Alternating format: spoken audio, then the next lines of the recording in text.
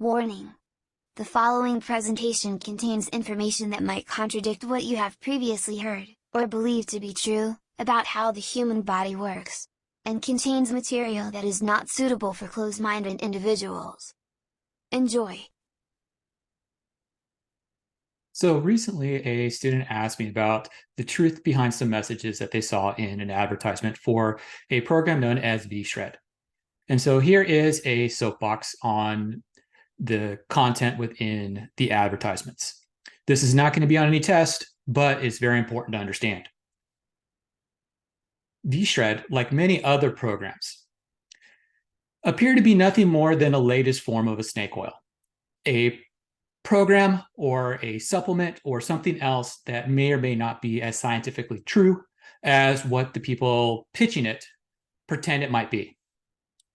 Issues that come about with sales pitches for things like VSHRED, as well as for other of these mass marketed programs, include things like overexposure to the quote unquote renowned fitness expert, the involvement of social stigma in terms of what type of diet to follow or what type of exercise program to follow, or utilization of logical fallacies such as the bandwagon effect or ad populum in terms of what is the best for someone to do or someone to follow.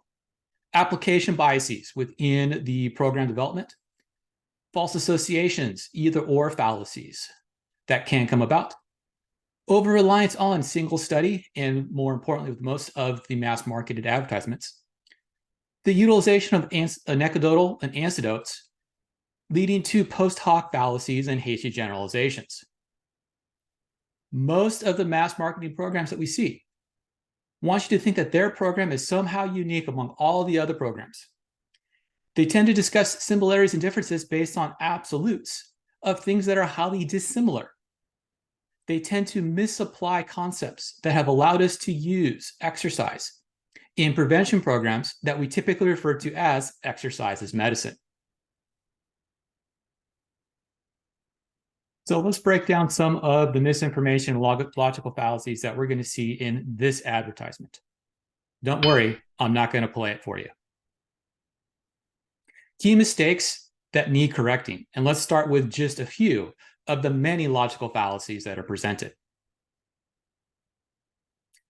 Logical fallacy 1, the reliance on anecdotes. The trust me, it worked. The my experience is the proof that it works. The just look what I did statements. Just because it works for you doesn't mean it's going to work for everybody.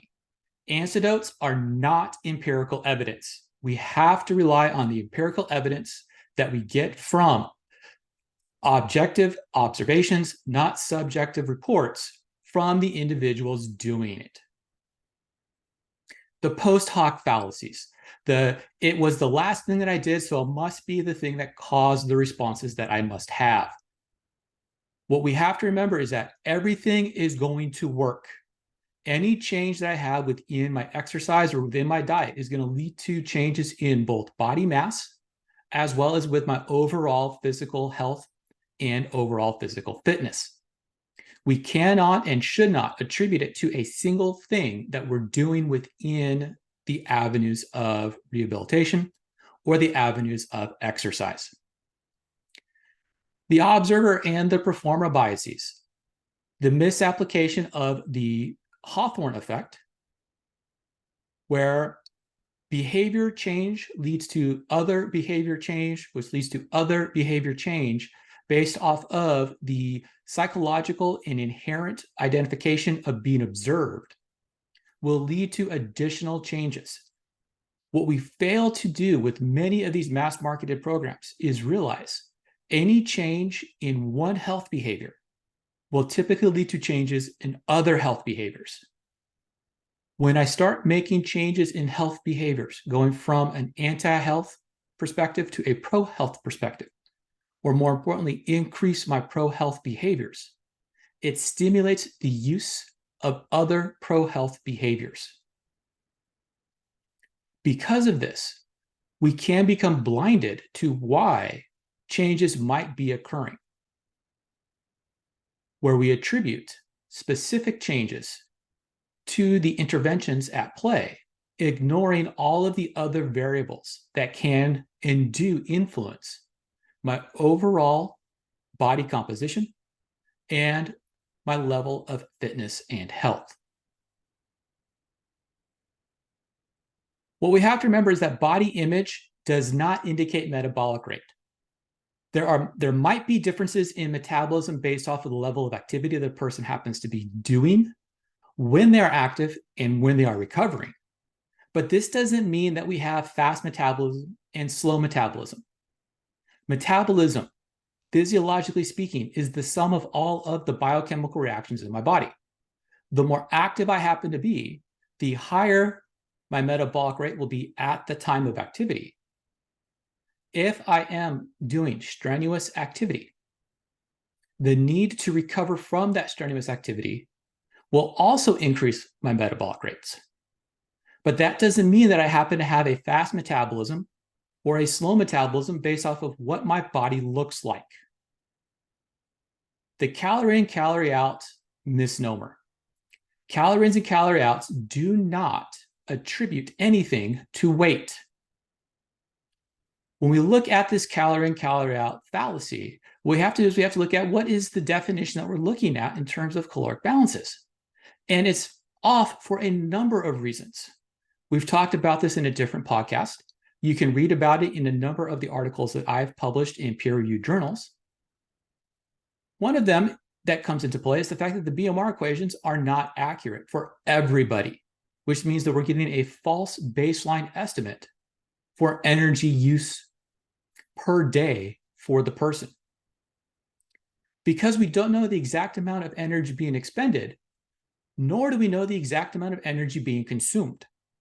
Just because there are identified values on labels doesn't mean that is the actual energy being consumed in terms of energy, potential energy within the foods that we happen to be eating. But more importantly, and what is usually forgotten in most of the balance equations as it relates to calories, is not everything that is being consumed is going to cells for use as energy. We need nutrients in order to build and maintain the body.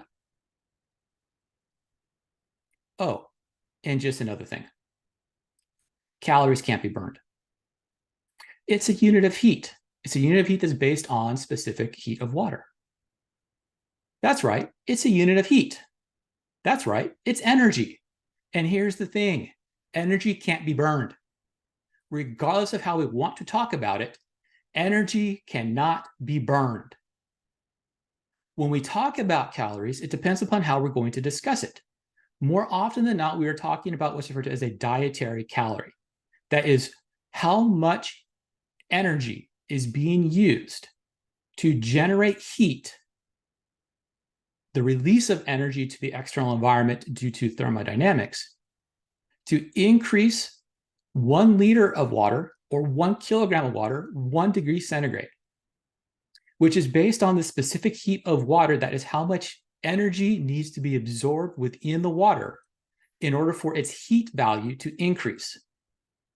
In this case here, we are using about 4.1868 kilojoules of energy for every dietary calorie that we have. That's how much actual energy is within the calorie that is being used in order to increase the kilogram or the liter of water 1 degree centigrade. Now, when we go to the gym and we look at the caloric expenditures, and that's the better way of talking about it, we're not burning energy, we are using energy, we're expending energy. The way in which we look at this is more often than not based off what's referred to as a metabolic equivalent. That is, how much different is my energy expenditure doing the activity relative to being at rest. At rest, my metabolic equivalent is 1. That means that for every hour that my body is functioning, I'm expending approximately 1 dietary calorie per kilogram of body mass. Oh, just one more thing. Calories don't have mass, which means we cannot use calories to determine weight balance. In order to determine weight balance, we have to determine it based off of nutrient balance. That is, what am I intaking versus what am I expending? What am I using? If I'm eating more nutrients than my body is using and expending, either for energetic purposes or for other purposes, then I'll gain weight. If I am expending more nutrients than I am taking in, then I'm going to lose weight. We tend to balance this nutrient balance based off of a caloric balance. However, utilizing the caloric balance to explain weight gain and weight loss is a misleading discussion for the simple fact that calories have no mass. And the whole discussion about body types leading to an explanation for why people have specific metabolisms, that's a misnomer. We've known for a long time that there are a continuum of body types and body labels that we can have. And it's not a correct view in terms of what type of body image I might present as to what type of metabolism I might have. It's not going to indicate that if I happen to be a quote unquote ectomorph, I have a fast metabolism, or if I'm a quote unquote endomorph, I have a slow metabolism. What we're seeing when we look at this continuum of body images is how fat might be stored around the body in subcutaneous tissue. And when we look at fat mass in terms of health issues, it's not about subcutaneous fat, more about visceral fat. More on that in a different topic. Well, what about eating foods that somehow are going to stop my testosterone or the muscle building hormones that I have? Once again, this is a big no. There's no food that we know of that's going to reduce the hormone responsible for muscle building. There is an association with overfatness leading to a reduced testosterone, a lower quote unquote T value, as it goes with overfatness, but that's simply because overfatness tends to lead to increased non-esterified fatty acids in circulation, sometimes referred to as dyslipidemia. But it also is associated with increased inflammation signals.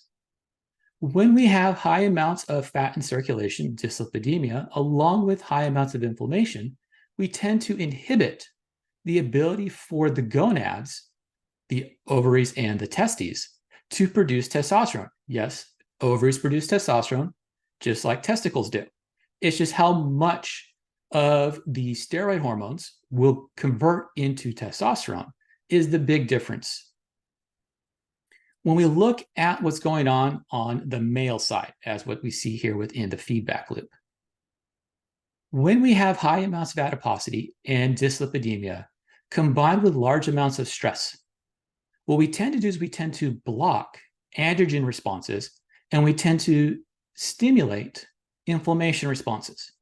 We tend to stimulate the macrophages, immune cells, that are found within the testes, which is going to increase inflammation signals, the IL-6, IL-1, IL-2, and TNF-alpha, which is going to block the steroid production signals. It's going to reduce the progesterone, it's going to reduce the androstenedione, it's going to reduce the converting enzymes, which is going to lead to a reduction in testosterone, where even though we are releasing testosterone into circulation, it's not in very high quantities if we happen to have high amounts of inflammation coming about from excessive stress and overfatness. So when we talk about having a reduction in testosterone for individuals who happen to be overfat, it's not because of the fat that they might have in circulation. It's about the inflammation signals that come about from the overfatness. But wait, there's a little bit more to that. If we look at what we refer to as the cascade of events here, where we are attempting to get a psychological drive to increase exercise stimulus that's not there, combined with our nutritional status,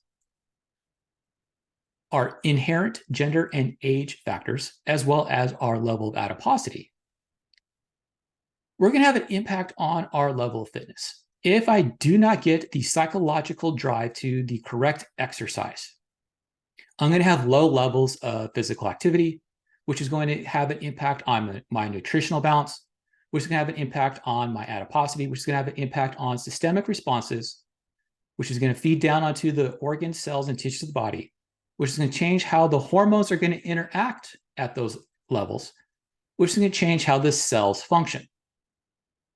The cellular response within this cyclic phenomena, within this feedback loop, of what we refer to as upstream and downstream regulation, the cells influencing the things that come before it, and the things that are influencing the way in which we behave, influencing how the cells function, is going to lead to what's referred to as an anabolic dysregulation. We get low growth hormone, we get low androgens, we get low thyroid hormones. We get blocking of receptors, we get more of the hormone binding proteins. We get an increased stress response. We get high amounts of inflammation taking place. Those anabolic dysregulation effects lead to all of the impacts where we feel lethargic, where we have things like dyslipidemia, which is going to further impact my anabolic responses, where we have increase in fat mass, which is going to cause even more inflammation and inflammatory response, which is going to impact the ability for me to use various types of metabolites to do the various types of metabolic processes necessary to get the energy that I need for doing normal physiological things, normal daily activity things. The high amounts of inflammation with all of the stresses that come about from the anabolic dysregulation leads to a quote unquote diseased health status. This doesn't necessarily mean that you have a disease, but this could be things where you have increased lethargy. You're always tired. You don't feel like you want to work out. You don't feel like what you're doing is going to have a positive impact on making positive changes within the body that you happen to have. Now, what we have to remember here is that all of these things are going to form various cogs within the machinery that leads to overall health. It is not one simple thing, the nutrition or the exercise stimulus or one specific hormone that's going to cause a drastic change in everything. It's a machine. And with the machines, we have various cogs that will all lead to the various methods and various means by which health can be reestablished. Is it maybe you guys? And so if we can use something to cause selection to increase physical activity, and by increasing physical activity lead to dietary modifications, we're going to see a change in that cyclic nature, the change in the upstream, downstream modifications. Notice we no longer have the stop sign. We no longer have this, I don't want to do stuff. And as I start doing stuff, I'm going to start changing things. Now, regardless of what people say, you cannot change your age. You cannot change the hormonal responses based off of genders without doing some sort of hormone replacement therapy. But what ends up happening is that by changing all of the inherent signaling due to extrinsic factors, the modifiable factors, what I'm able to do is change the cellular responses to take place, change the signaling in the upstream, downstream fashion, where I get a reversal of that dysregulation that I had with the overfatness issues. Where what ends up happening is I start having increased signals from muscles and from bones, increased anabolic and androgen hormone and hormone responses. I get normalization of my anabolic responses. I get a reduction in my stress. All of that does is that changes the way in which we end up having our cellular responses, where I start becoming metabolically flexible. As I start becoming metabolically flexible, I start having more energy, quote unquote energy. I feel more energetic. I feel like I can do more. And as I feel like I can do more, I start to do more. And as I start to do more, I start getting a better normalization of my anabolic responses. And that leads to the overall feeling of health. I get better arterial functions. I get better cardiovascular function. I get normalization of all of my hormone functions. All of these normalization factors come into play to allow me to, once again, become healthy so that I can reverse any of the issues that might have come about from the period in which I was inactive or the period in which I happened to have any types of stimuluses related to overfatness. Now, before we go any further, one thing we have to talk about. Overfatness is not obesity. Overfatness is where I have increased amount of fat mass due to sedentary behaviors. It's not necessarily where I appear to be fat or appear to be quote unquote overweight or quote unquote obese. But what I have is I have abnormal fat signaling that leads to a diseased status. If I can reverse the nutritional aspects and the exercise aspects of my life, what we do know is that I can reverse that issue of overfatness.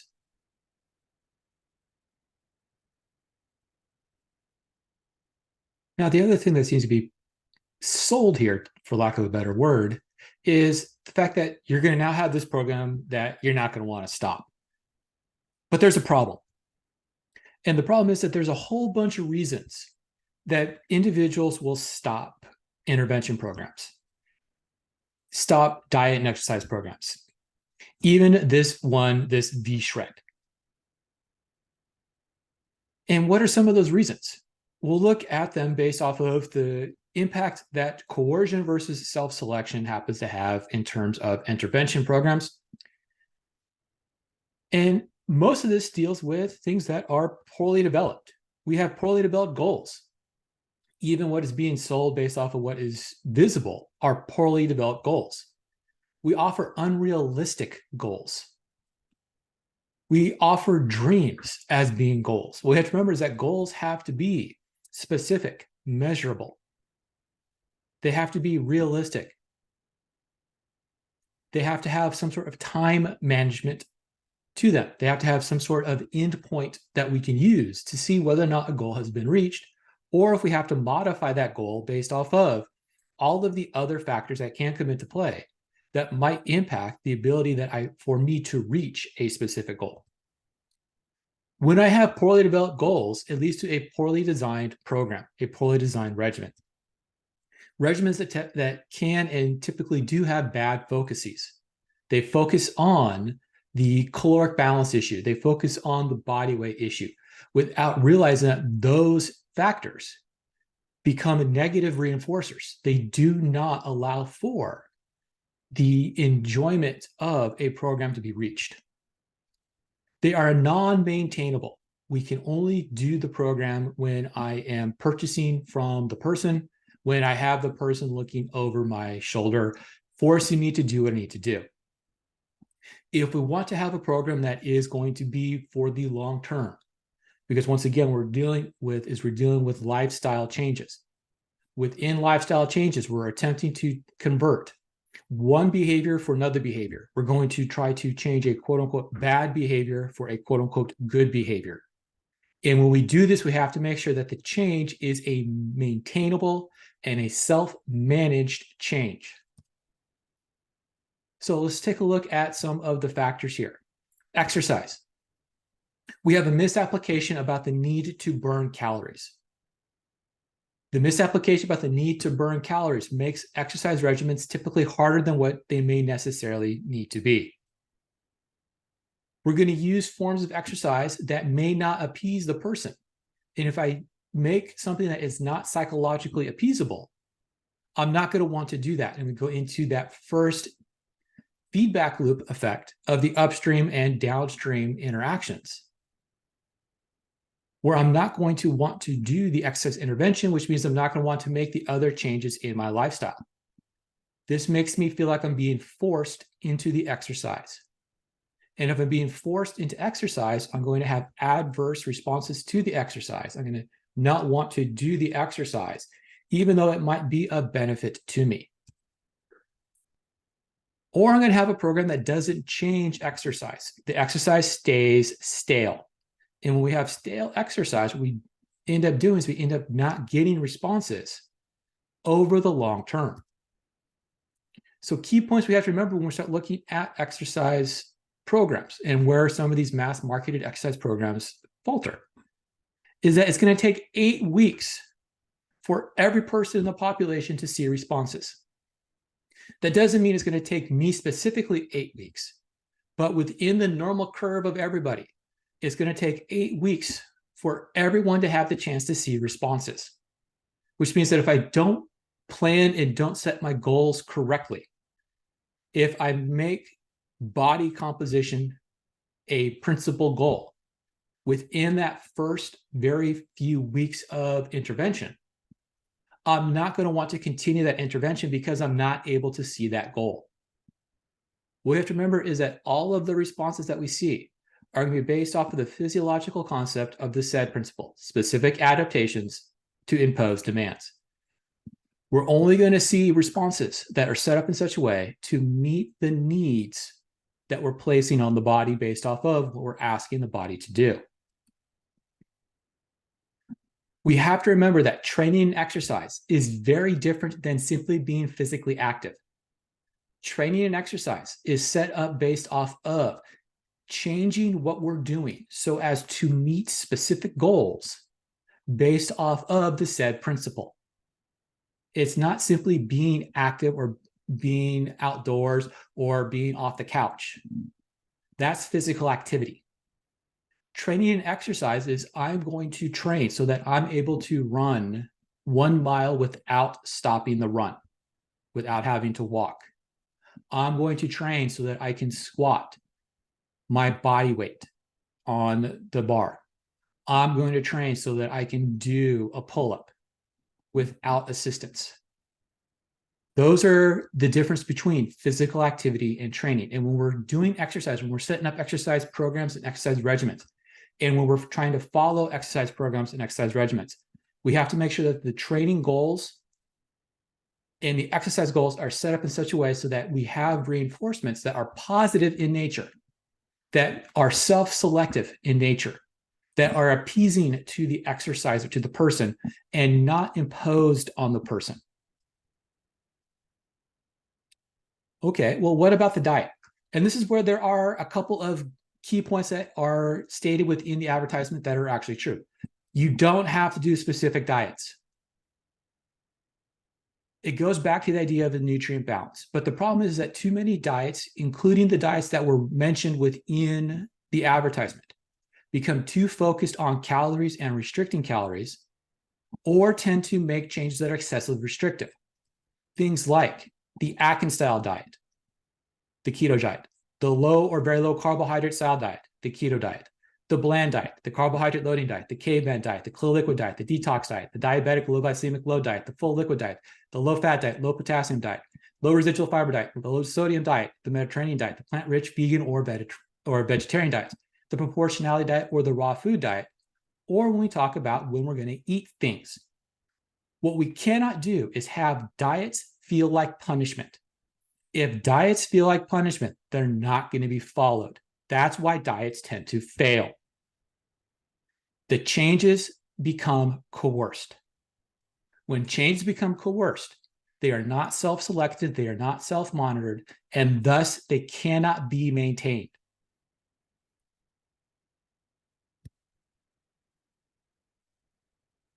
So what are the key points that we have to remember when we look at these advertisements, when we read about these advertisements, when friends of ours come up and ask us our opinions about these advertisements, or when they come and they pitch this advertisement to us as something that they need to follow or that we need to follow because they're following it.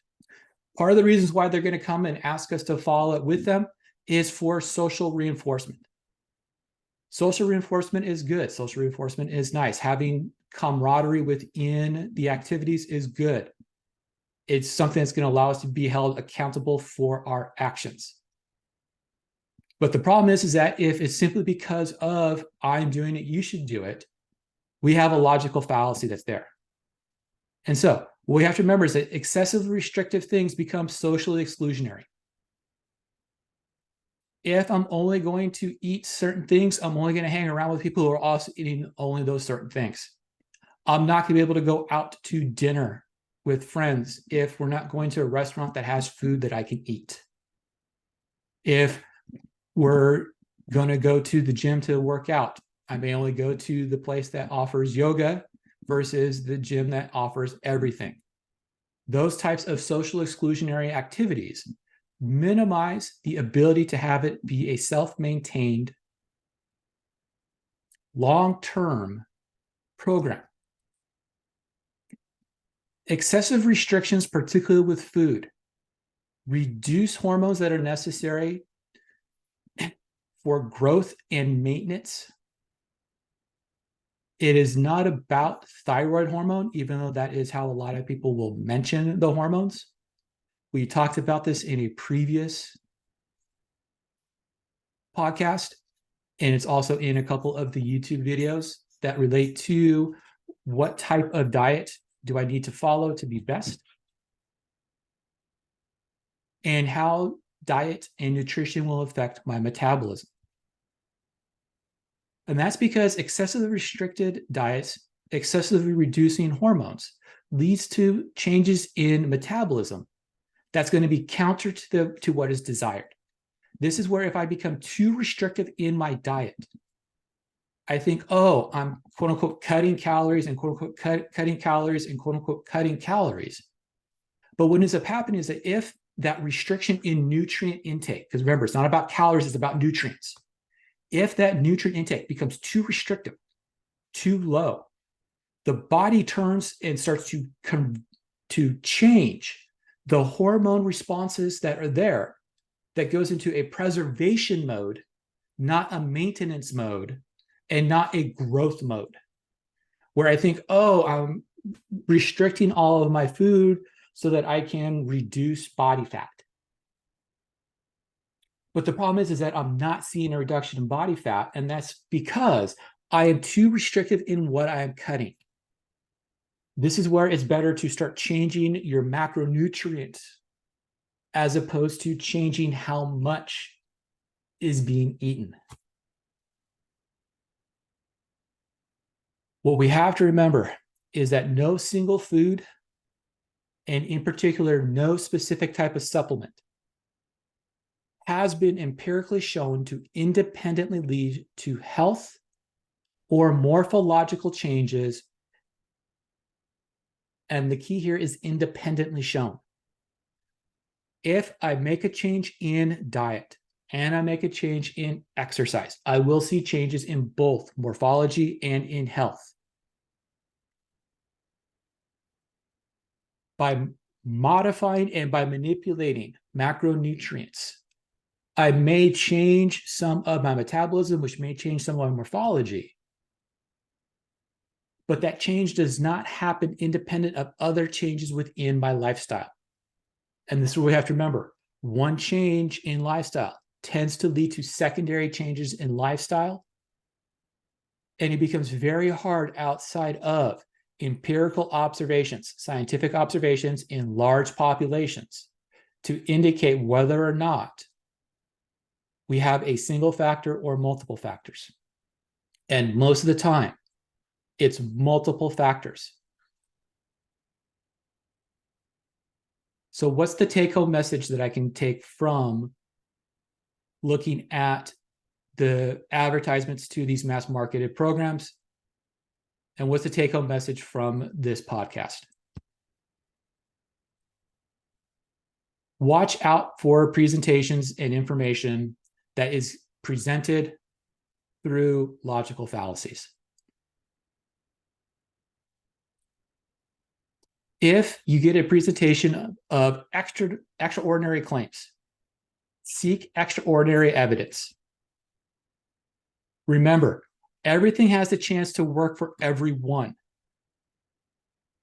And we need to choose what you would normally select towards wanting to do if you want to do it for a long term and see long-term benefits.